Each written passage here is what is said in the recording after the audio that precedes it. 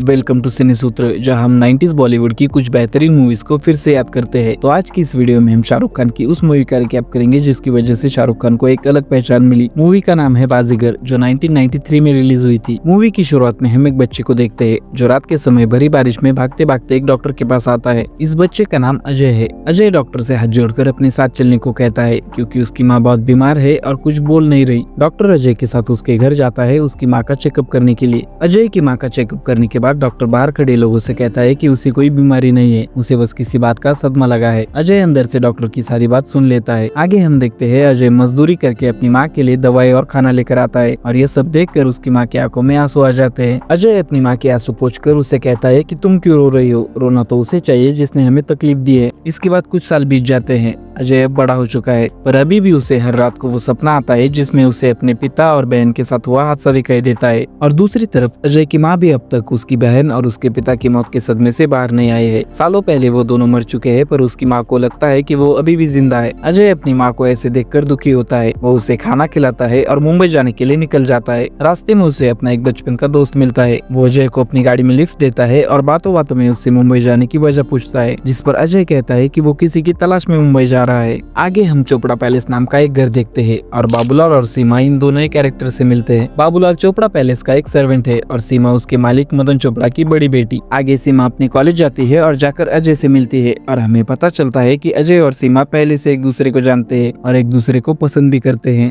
इसके बाद हम सीमा की छोटी बहन प्रिया को देखते हैं जो शायद पढ़ाई के लिए शिमला में रहती है और आज ही वहाँ से वापस आई है। प्रिया अपनी बहन और पिता से नाराज है क्योंकि उसे लेने एयरपोर्ट पर कोई नहीं गया। अगले सीन में हम सीमा और प्रिया के पिता मदन चोपड़ा से मिलते हैं। मदन चोपड़ा एक बड़े बिजनेसमैन है जो अपनी दोनों बेटियों से बहुत प्यार करता है। रात को जब तीनों खाना खा रहे होते हैं तब मदन चोपड़ा अपनी बेटियों से कहता है कि कल हम तीनों मद्रास जा रहे हैं, वहाँ पर मैं अपनी लाइफ की आखिरी रेस में हिस्सा लेने वाला हूँ। प्रिया मान जाती है पर सीमा आने से मना कर देती है, यह कहकर कि कल कॉलेज में उसके प्रैक्टिकल्स है। अगले दिन मदन चोपड़ा प्रिया को साथ लेकर रेस में हिस्सा लेने चला जाता है और वहाँ पर हम अजय को देखते हैं जो विकी मल्होत्रा नाम से रेस में शामिल हुआ है। रेस शुरू हो जाती है। अजय जीतने वाला होता है पर फिर भी वो जानबूझकर ये रेस हार जाता है और रेस खत्म होने पर वो मदन चोपड़ा से मिलने आता है। वो प्रिया और उसके बाप से मीठी मीठी बातें कर उनको अपने जाल में फंसा लेता है। प्रिया को भी अजय से प्यार हो जाता है। मद्रास से वापस आने के बाद वो सबसे पहले अपनी बड़ी बहन सीमा से मिलती है और उसे बताती है कि मद्रास में उसे एक लड़के से प्यार हुआ है और कल मैं तुम्हें उससे मिलाने वाली हूँ। अगले दिन अजय और प्रिया गाड़ी में घूम रहे होते हैं। प्रिया अजय से गाड़ी रोककर नारियल पानी लाने को कहती है और जैसे ही अजय गाड़ी रोककर नारियल पानी लेने नीचे उतरता है प्रिया उसकी गाड़ी लेकर भाग जाती है। थोड़ी दूर जाते ही प्रिया को रास्ते में कुछ गुंडे घेर लेते हैं और तभी अजय वहाँ पर आकर प्रिया को उनसे बचा लेता है। पर उतने में वहाँ पर पुलिस आती है और सबको पकड़कर अपने साथ थाने ले जाती है। वहाँ पर प्रिया अपने फ्रेंड इंस्पेक्टर करण से मिलते हैं। करण और प्रिया शिमला में साथ पढ़ते थे। करण उन दोनों को छोड़ देता है। आगे सीमा अपनी एक दोस्त अंजलि की बर्थडे पार्टी में आती है। वो सब डांस कर रहे होते हैं कि तभी वहाँ पर अजय भी आ जाता है। वो दरवाजे से ही सीमा को बाहर बुलाता है। सीमा की दोस्त अंजलि भी अजय को देख लेती है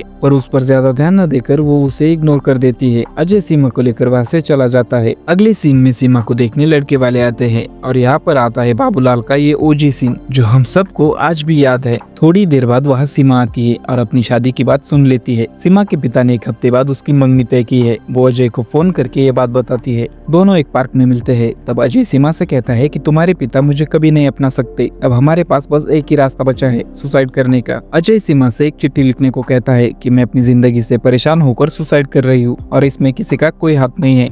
अजय सीमा को इस चिट्ठी पर साइन करने को कहता है। उसने खुद भी ऐसे ही एक चिट्ठी लिखी है। आगे वो अपनी चिट्ठी फाड़ देता है और हंसते हंसते सीमा से कहता है कि मैं तो बस तुम्हारे प्यार का इम्तिहान ले रहा था और तुम इसमें पास हो गई। हम कल ही रजिस्टर ऑफिस चल के शादी कर लेंगे। अगले दिन जैसे तय हुआ था अजय और सीमा रजिस्टर ऑफिस जाते हैं पर ऑफिस में लंच ब्रेक होने की वजह से कुछ देर के लिए अजय सीमा को छत पर लेकर जाता है ताकि कोई उन्हें देख न ले।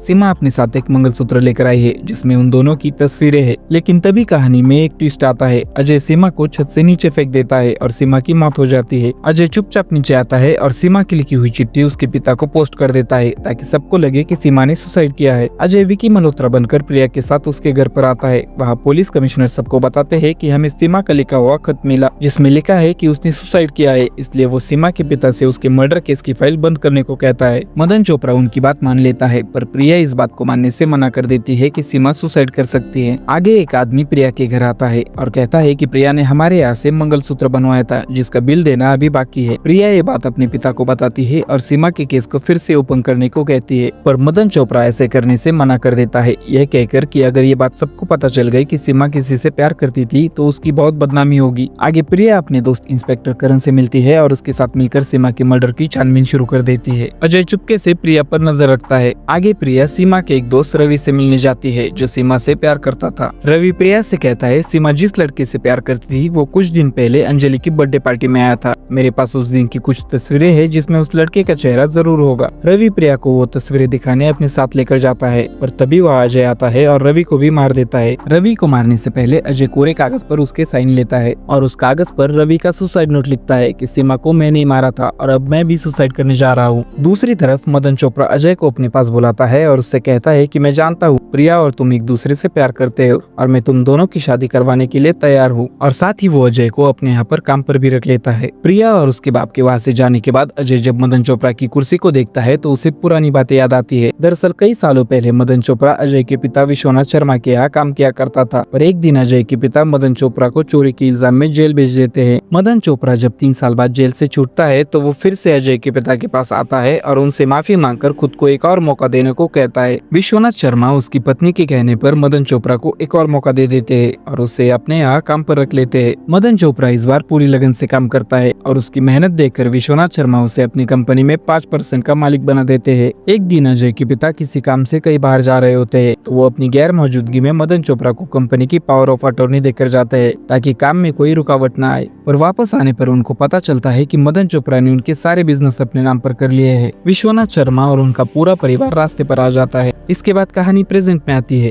अजय और प्रिया अपने एंगेजमेंट के लिए कुछ ज्वेलरी खरीदने एक दुकान पर जाते हैं। तभी वह उन्हें सीमा की दोस्त अंजलि मिलती है। प्रिया अंजलि को अजय से मिलाती है। अजय से मिलने के बाद अंजलि उसे कहती है कि मैंने पहले भी तुम्हें कहीं देखा है पर मुझे याद नहीं आ रहा कि मैंने तुम्हें कहाँ पर देखा है। अंजलि वहाँ से निकलकर सीधे अपने घर आती है और घर पर आकर अपनी बर्थडे पार्टी की तस्वीरें चेक करती है। उसमें से एक फोटो में उसे अजय भी दिखता है। अजय की फोटो देखने के बाद अंजलि समझ जाती है कि सीमा और प्रिया का बॉयफ्रेंड एक ही है और शायद इसी ने सीमा को भी मारा है। अंजलि प्रिया को ये बात बताने के लिए फोन करती है पर फोन बाबूलाल उठा लेता है। अंजलि बाबूलाल से कहती है कि मुझे प्रिया से सीमा के बारे में कुछ जरूरी बात करनी है, लेकिन बाबूलाल ये बात प्रिया को बताने से पहले ही भूल जाता है। तभी अजय वहाँ पर जाता है और अंजलि से मदन चोपड़ा बनकर बात करता है। वो अंजलि की सारी बातें सुन लेता है। वो अंजलि से मिलने के लिए उसका एड्रेस पूछता है और उसे मारने के लिए वहाँ पहुँच जाता है। अजय वहाँ पर जाकर अंजलि को भी मार देता है, उसके पास से अपनी फोटो ले लेता है और उसकी बॉडी को एक बैग में डालकर नदी में फेंक देता है। अगले सीन में इंस्पेक्टर करम प्रिया के पास आता है और प्रिया से कहता है कि अंजलि कुछ दिन से गायब है और साथ ही प्रिया से ये भी पूछता है कि तुम्हारे एंगेजमेंट के दिन उसने तुम्हें कॉल किया था, तब तुम दोनों के बीच में क्या बात हुई थी। इस पर प्रिया कहती है कि मेरी अंजलि से कोई बात नहीं हुई। प्रिया बाबूलाल को बुलाकर उससे पूछती है कि तुम्हारी अंजलि से कोई बात हुई थी क्या। तब बाबूलाल याद करके बताता है कि अंजलि प्रिया से सीमा के बारे में कुछ बात करना चाहती थी। बाबूलाल को आगे की बात याद आने से पहले अजय वहाँ पर आता है और बात को बदल देता है। अगले सीन में हम देखते हैं कि मदन चोपड़ा किसी काम से कई बार जाने वाला होता है तो वो अजय को अपने पास बुलाता है और उसे कंपनी की पावर ऑफ अटॉर्नी देता है, सेम उसी तरह जिस तरह विश्वनाथ शर्मा ने सालों पहले मदन चोपड़ा को दी थी। आगे एक आदमी को समंदर के किनारे एक बैग मिलता है। ये वही बैग है जिसमें अजय ने अंजलि की बॉडी डालकर पानी में फेंकी थी। अंजलि की मौत की खबर सुनकर करण और प्रिया को ये यकीन हो जाता है कि सीमा का कातिल रवि नहीं कोई और है और उसी कातिल ने रवि और अंजलि इन दोनों को भी मारा है। आगे एक पार्टी के दौरान अजय को उसका बचपन का दोस्त मिलता है और वो प्रिया के सामने अजय को अजय कहकर बुलाता है, पर वह सबकी नजरों में अजय विकी मल्होत्रा है, इसलिए वो अपने दोस्त को पहचानने से इनकार कर देता है। उन दोनों का वहाँ पर झगड़ा हो जाता है और बातों बातों में उसका दोस्त कहता है कि विकी मल्होत्रा उसका नहीं मेरा नाम है। मदन चोपड़ा जब जर्मनी से वापस आता है तो वो आकर देखता है कि उसकी सारी कंपनी अब किसी शर्मा के नाम पर है। वो अजय के पास जाता है ये पूछने के लिए कि तुमने ऐसा क्यों किया मेरे साथ। तब अजय उसे सारा सच बताता है कि 15 साल पहले तुमने जिस विश्वनाथ शर्मा को धोखा दिया था मैं उसी का बेटा हूँ और मैंने तुमसे उसी बात का बदला लिया है। दूसरी तरफ प्रिया विकी मल्होत्रा का पता ढूंढते हुए असली विकी मल्होत्रा के पास पहुँचती है। विकी मल्होत्रा प्रिया को अजय का असली नाम और उसके घर का पता बताता है। प्रिया अजय के घर जाती है, उसे वहाँ अजय की तस्वीरें और सारा सामान मिलता है जिसमें सीमा का वो मंगलसूत्र भी है।